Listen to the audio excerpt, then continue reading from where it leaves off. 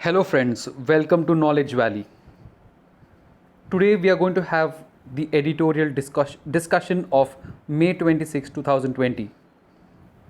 We have some interesting articles today. The first article that we are going to see is Early Takeoff. With no consensus on health monitoring of passengers among states, travel remains risky. So we had seen the center had taken a decision about starting international flights and the domestic flights. What the states have to say. The second article is battling for free speech.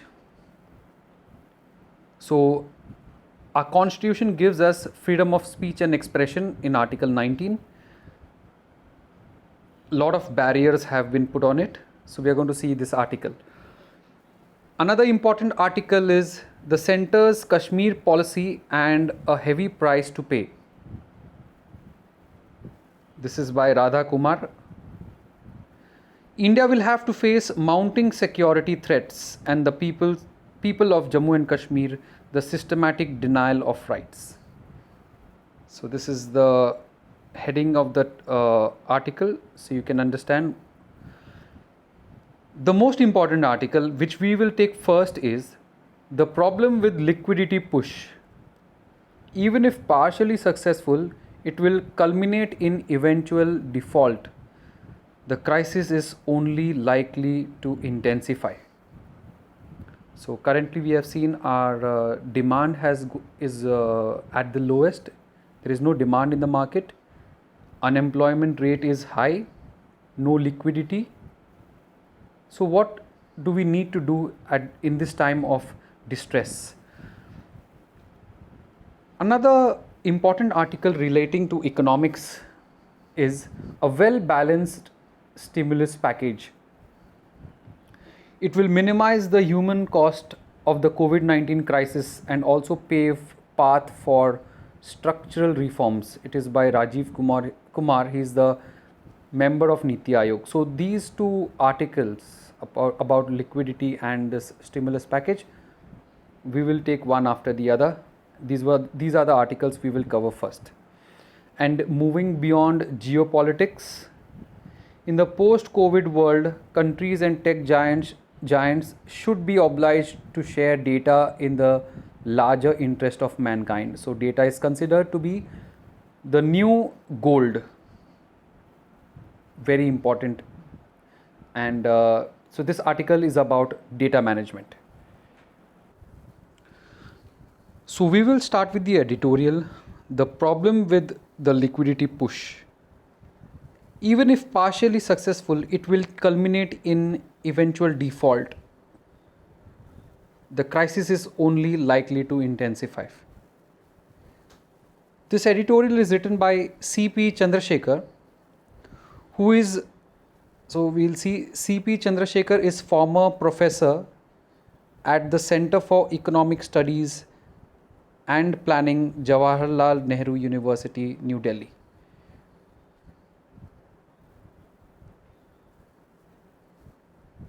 So let's see what C.P. Chandrashekar has to say.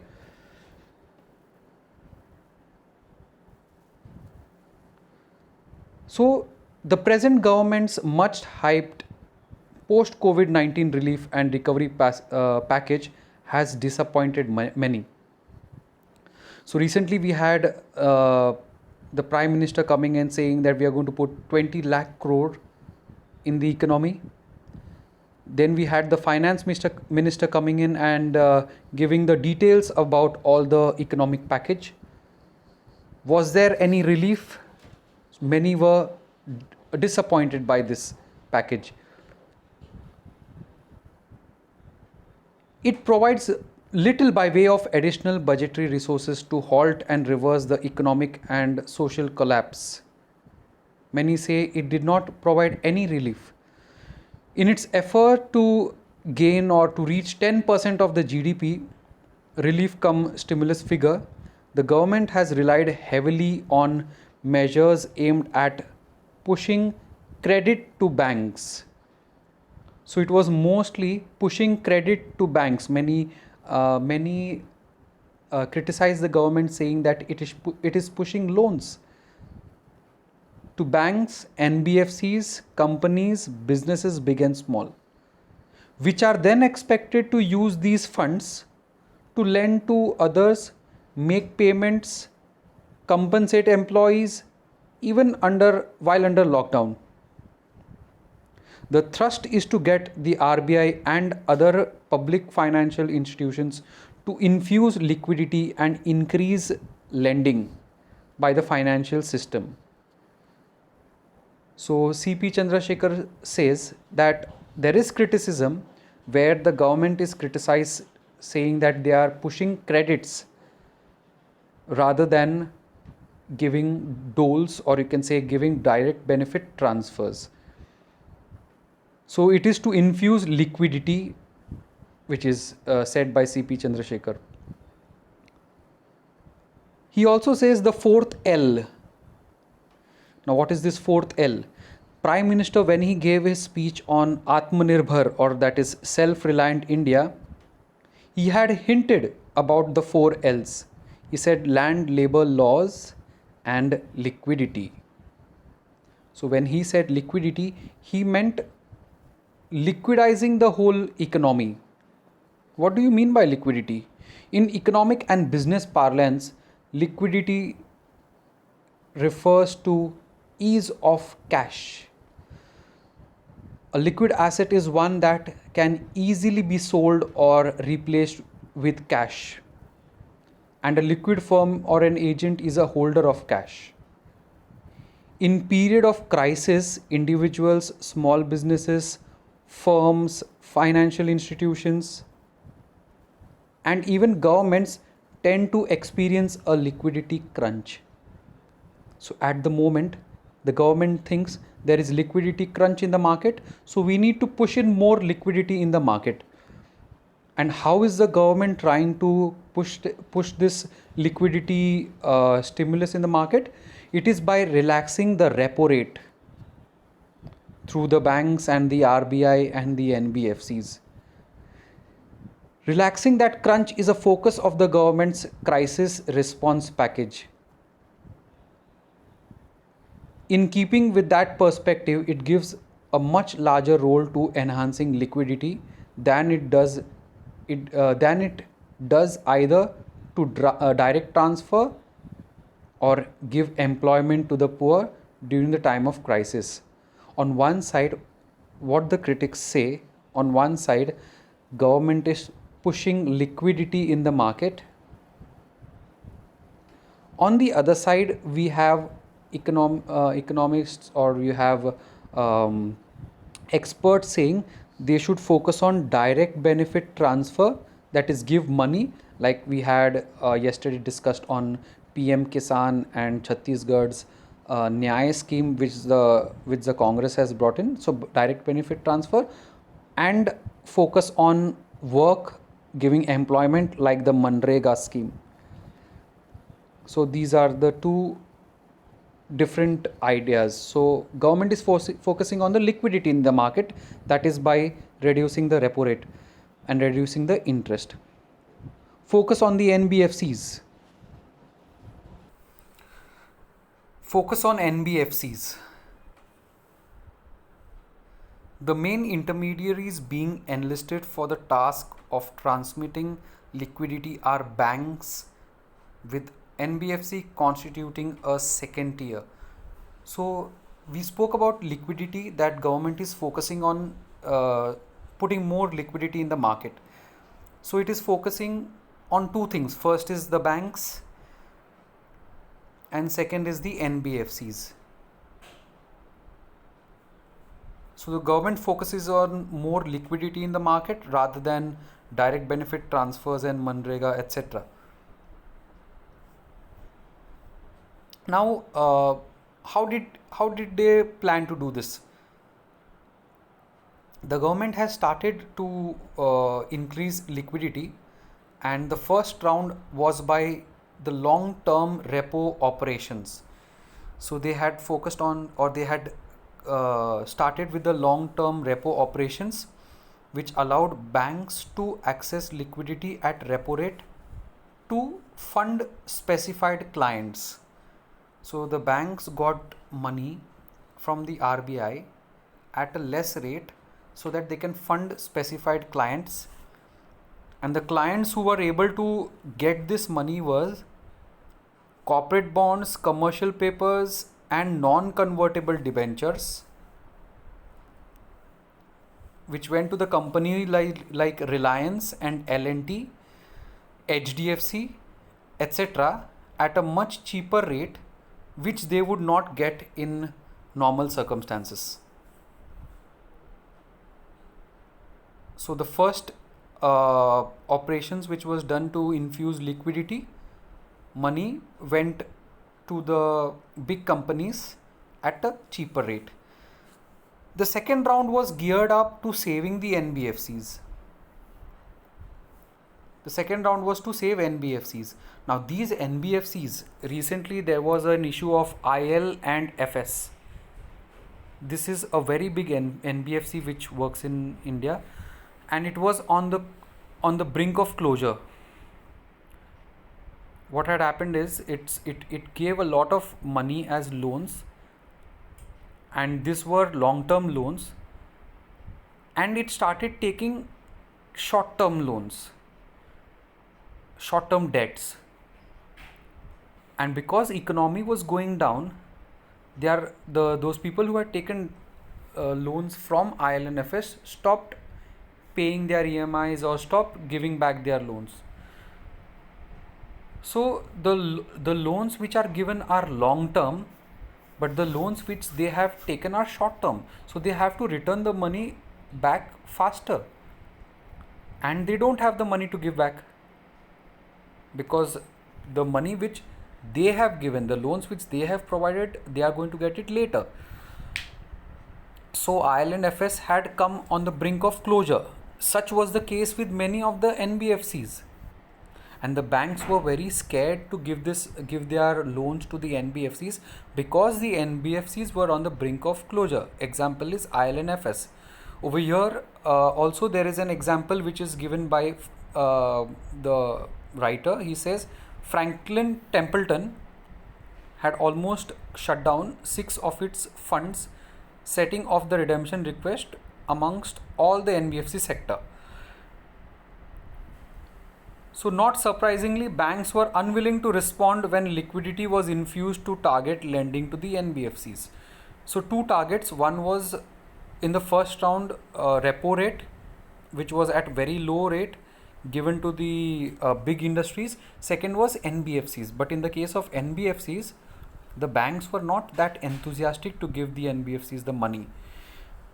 So what does the government do? The government now looks at other intermediaries such as SIDBI, Small Industries Development Bank of India, NABARD, and the National Housing Bank, so that they can provide stimulus and they can push the NBFCs to give money, to lend.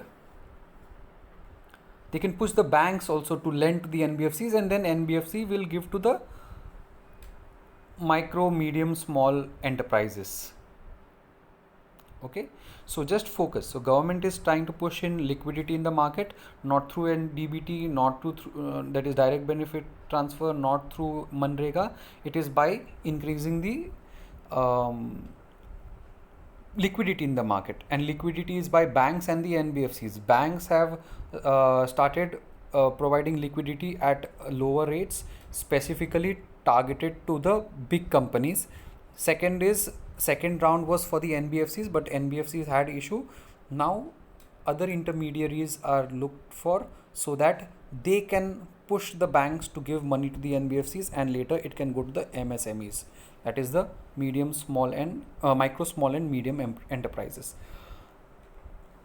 Now all this pushing in the liquidity and all this is good, but these measures are hardly or only marginally effective even in the best of the times.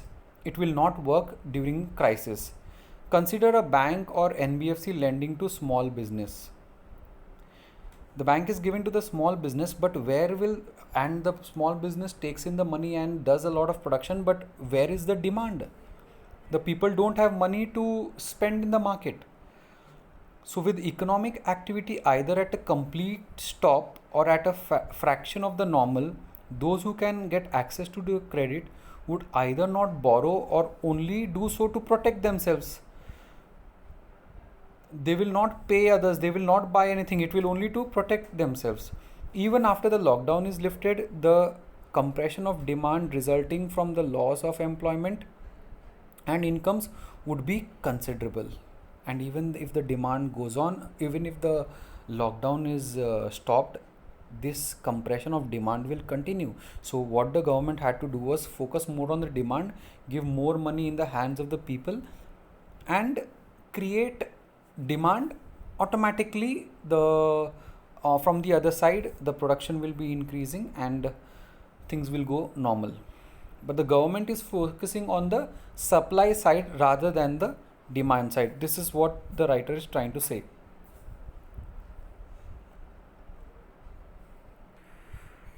On the disposable income, another component of liquidity push is the disposable income. So one component of disposable income we had seen banks and the repo rate. Second is the NBFCs. The third is the disposable income. That is another push for increasing liquidity. So 2-3 things which you must also have seen in the news. Advanced access to savings like PF, Provident Fund contributions, lower tax deduction at source, that is lower TDS, reduced Provident Fund contributions, and moratoriums on debt service payments. Like if you have any loans, you can pay it after 3 months. Now they have increased it after 6 months. But these are hardly any ways to increase demand in the market, mostly focusing on the liquidity side, and nowhere these are not a permanent solution, these are not long-term solution, these are very short-term. The demand is not going to increase once the lockdown is over. So like we have the example of the moratoriums on the debt service payments. You'll have to pay the loans and the interest after the lockdown is over, plus the banks are charging the interest on what you have not paid. So these are marginal in scope if relevant at all. They have been combined with non-measures. Then there are some other non-measures like adding on pending payments such as income tax refunds to spike liquidity provisions. Government also has said that we are going to send the pending payments on the income tax refunds, which the government had to do even if there was no lockdown. So the writer is trying to say, where is the push on the demand side? Most of the push is on the supply side, which will hardly play any role. Think new transfers. So what is the government, what is the writer focusing on? What is needed now is government support in the form of new and additional cash transfers to people, and measures such as wage subsidies, equity support, spending on employment program, that as many have acknowledged would require debt financing. Now the writer says that when the government will do this, that is focusing on giving money like the direct benefit transfer or Manrega or give jobs, our fiscal deficit will increase. Fiscal deficit is our loans. The government will have to take loans for doing all this. Now when the government is taking loans, the interests become high. The government also needs to repay back the money, or they will have to put in more cash by printing from the RBI, which will lead to inflation. So we might have an issue of fiscal deficit, we might have an issue of inflation. We also might have, because of all these measures taken by the government, our bonds ratings will go bad, and we'll have to pay more interest on the loans. Now these are long-term issues which are going to happen, but at the short term we need jobs, we need food for the people, we need work for the people. Unfortunately, obsessed as it with fiscal conservatism and tax forbearance. So the author is trying, or the writer is trying to say that the government is conservative in its attitude. Modi government is unwilling to take that route. Abjuring that option, the government's self-reliant package calls for citizens to rely on themselves, aided by uncertain offer of temporary access to credit. So more focus is given on the credit, and the self-reliance packages, the citizens has to focus on themselves. That path can only have devastating consequences for lives and livelihoods. Early takeoff. With no consensus on health monitoring of passengers among states, travel remains risky. So recently, the central government had thought of relaunching domestic flights as well as international flights. But some chief ministers, notably Uddhav Thackeray in Maharashtra and Edapadi Palaniswamy in Tamil Nadu, are very apprehensive about it. So what is the reason for their apprehension? So the experience of flight cancellations, passenger frustration and low capacity among the states to track thousands of passengers should prompt a rethink on scheduled flights. So the passenger frustration is there, flight cancellations are there, plus we cannot or the states cannot track the COVID patients or symptomatic patients. So there should be a rethink on this policy of opening the skies and opening the rail and air travel. There is a concept which is of emergency air travel, which needs to be thought of. Those air travel which is those traveling which is optional should not be allowed. Only focus should be given on the emergency air travel, like we had in the case of essential goods. Now this should be brought in the travel area, the area of emergency air travel. So the states are very apprehensive. Reason is the resources are less, the crowd is a lot. Recently, the COVID focus areas or the COVID focus states were Maharashtra, Tamil Nadu, Gujarat and Delhi. But this scenario can completely change, as a couple of hundred scheduled trains from June 1st and large number of promised Shramik trains for migrant workers. So the workers will move from one state to another, and this focus area of COVID-19 will tend to move to other states. It is essential, therefore, for states to adopt a coordinated approach on quarantine and testing. Travel choices in the present phase should be designed to discourage optional journeys. So as I was just saying, only emergency travel should be allowed, optional journeys should not be allowed. Moreover, passengers on all flights, including relief flights, could have a lower risk if there is a gap between the two seats.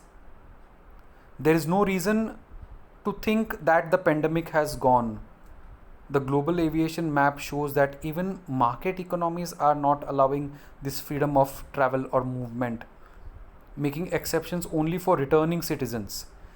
Relaxing travel must be preceded by focused containment measures and an agreed protocol for states. Battling for free speech. Reckless filing of criminal defamation cases against the press must end. In our constitution, in Article 19, we have freedom of speech and expression. That has been given by our constitution. We have right to speak.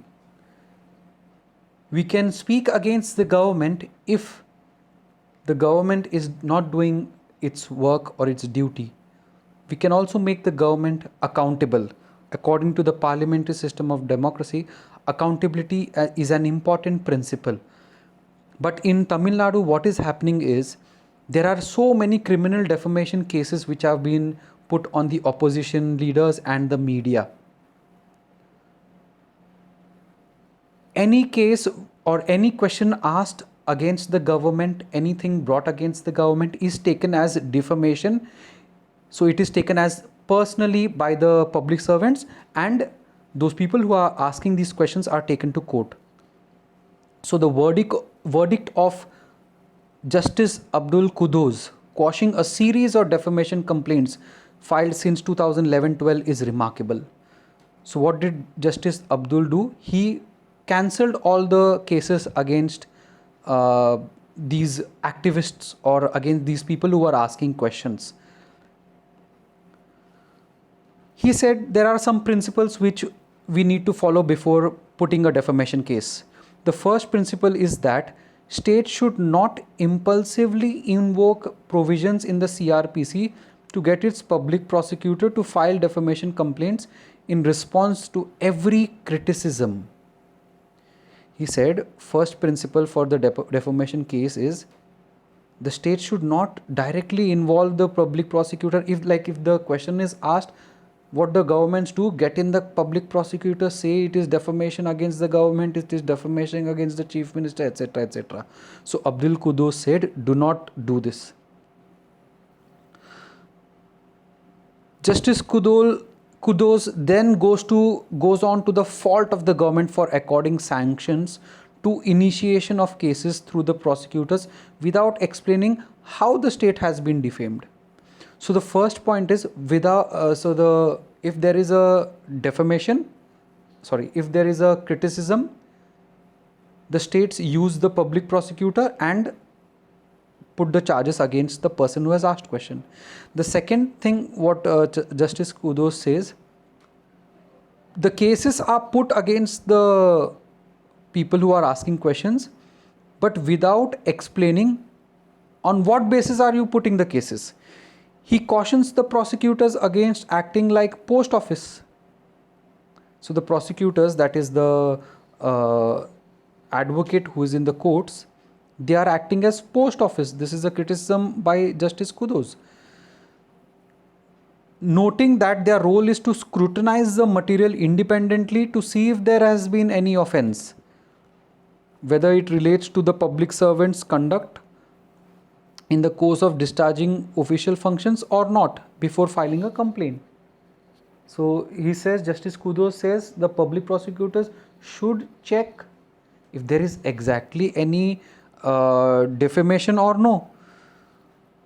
So 2 points you must remember. First principle is the state should not impulsively put defamation charges for criticism. And secondly, the public prosecutors also should think logically and explain why this is a defamation case.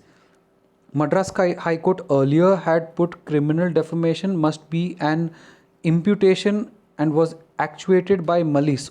So what Madras High Court had earlier also said, defamation can be only put if there is actual some harm which is done to the person or to the government, not criticism. Every criticism should not be taken as a defamation case or should not be taken as malice. While quashing a private complaint against a journalist and a newspaper, the judge said two of the exceptions to defamation. So two exceptions are there for defamation. First is public conduct of public servants, and second is conduct of any person on any public question. It means if the person is doing any public job and if that public job is being questioned, that is not defamation, that is criticism, that is accountability. This is demonstrated that reporting on public servants' conduct on a public question was always seen as bad. The questions of defamation does not arise even if there is inadequate or inaccurate reporting. It is not defamation because the question is being asked to the public servant, not personally. Within a matter of days, the High Court has struck two blows for free speech and press freedom. So a lot of defamation cases which was against the press and the criticizers.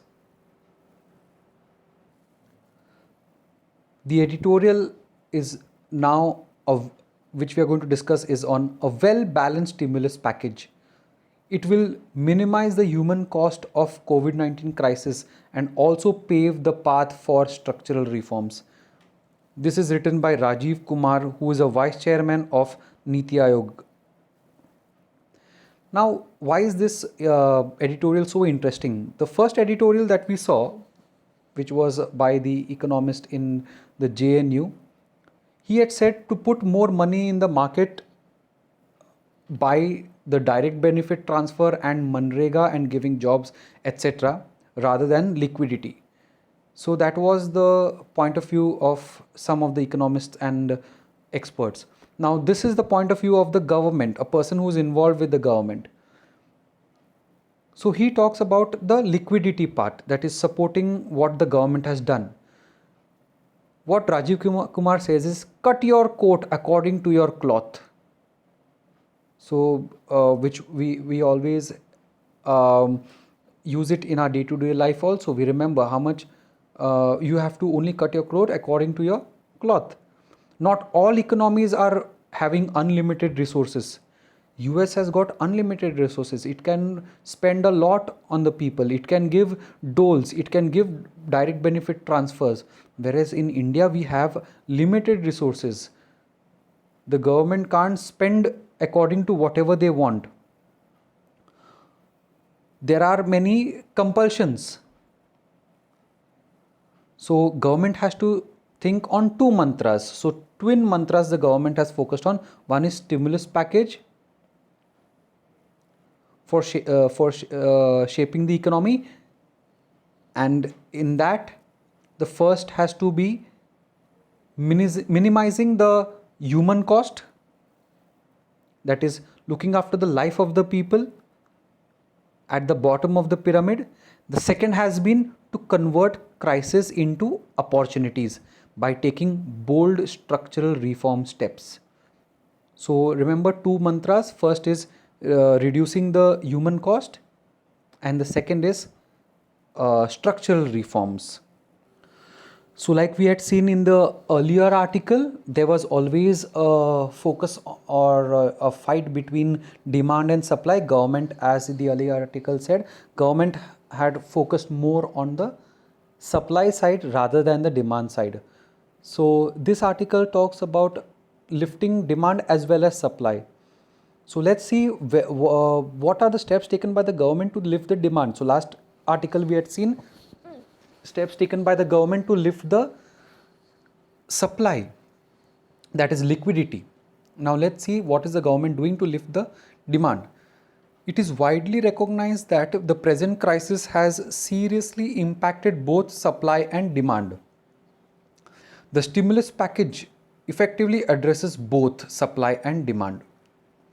Several measures have been announced to lift the sagging demand in the economy. So let's see which are the measures which are for lifting up the sagging demand in the economy.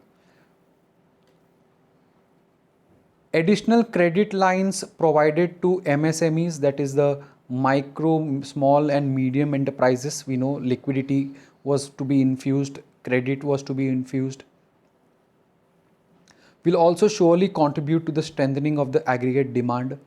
Measures announced. So first point is the credit lines given to the MSMEs. Second is measures announced for ramping up consumption demand directly include 1.73 lakh crore for improving the incomes and the welfare of the most vulnerable. So in the first lockdown around in the month of March, April, 1.7 lakh crore was given. 20 crore female Jandan account holders will also receive 500 rupees every month. So we are giving more money that way. That is what the government is saying.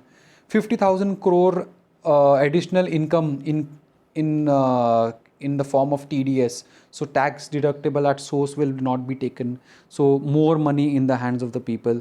So first is the MSMEs, more money in the hand of the people. Second is 1.73 lakh crores. Then is 20 crores through female Jandan accounts. Then 50,000 crores by TDS.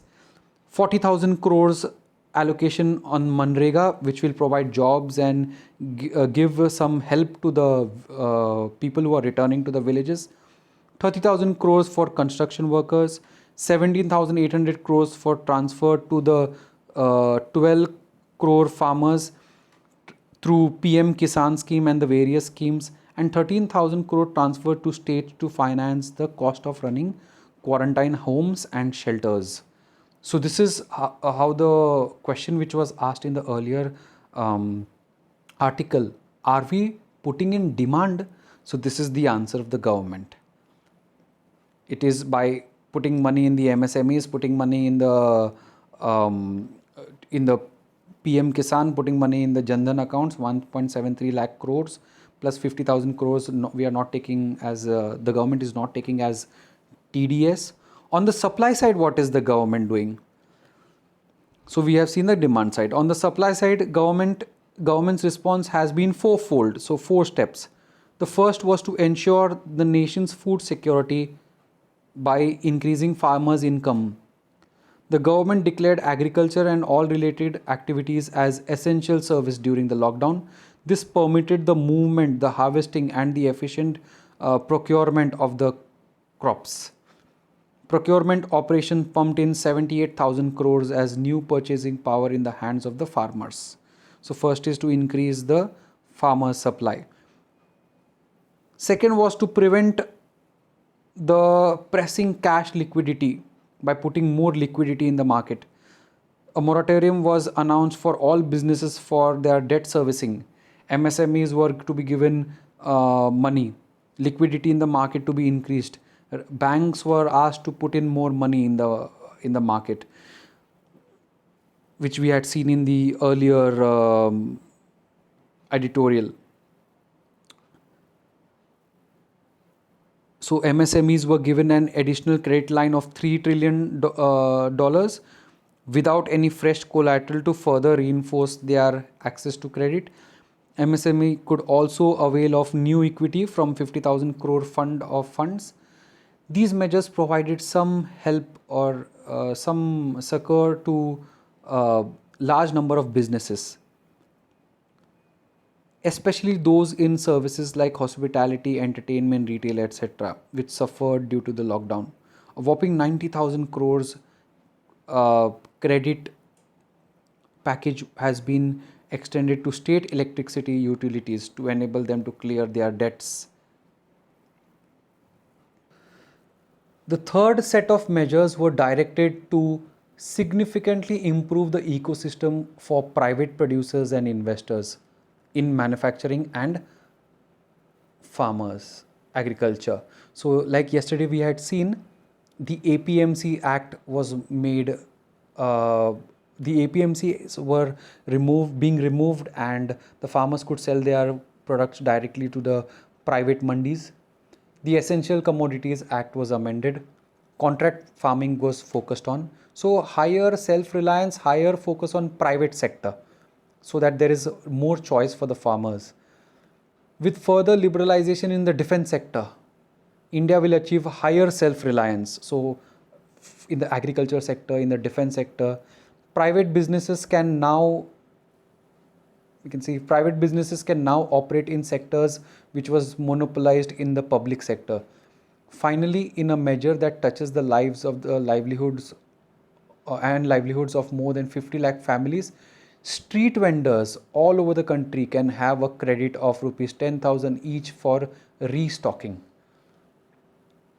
So the focus first, as I told you, the steps taken by the government, in that I first told you in the demand side.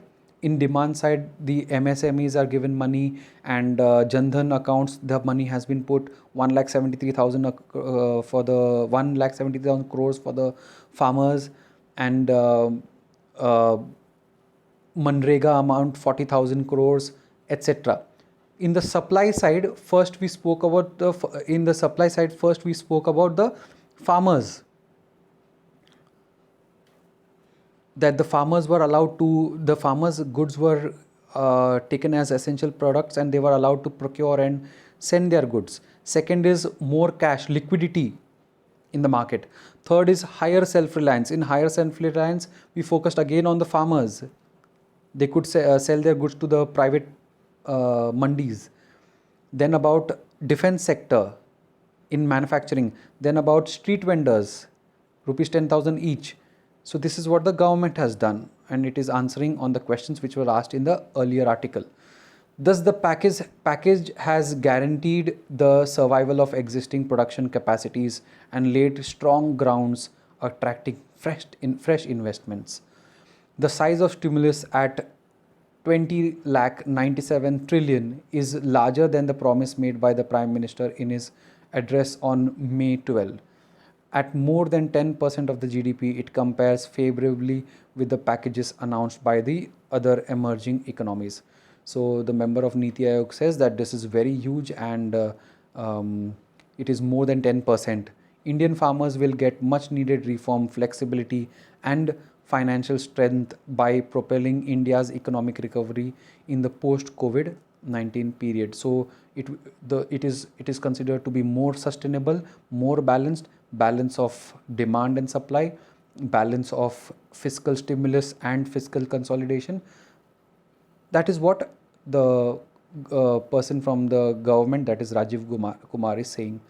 And buoyed by the stimulus, Indian firms will operate in an ecosystem that will help them become global, or that is glocal, sorry, thereby helping Indian brands command a larger share into the global markets and participate successfully in the global value chains.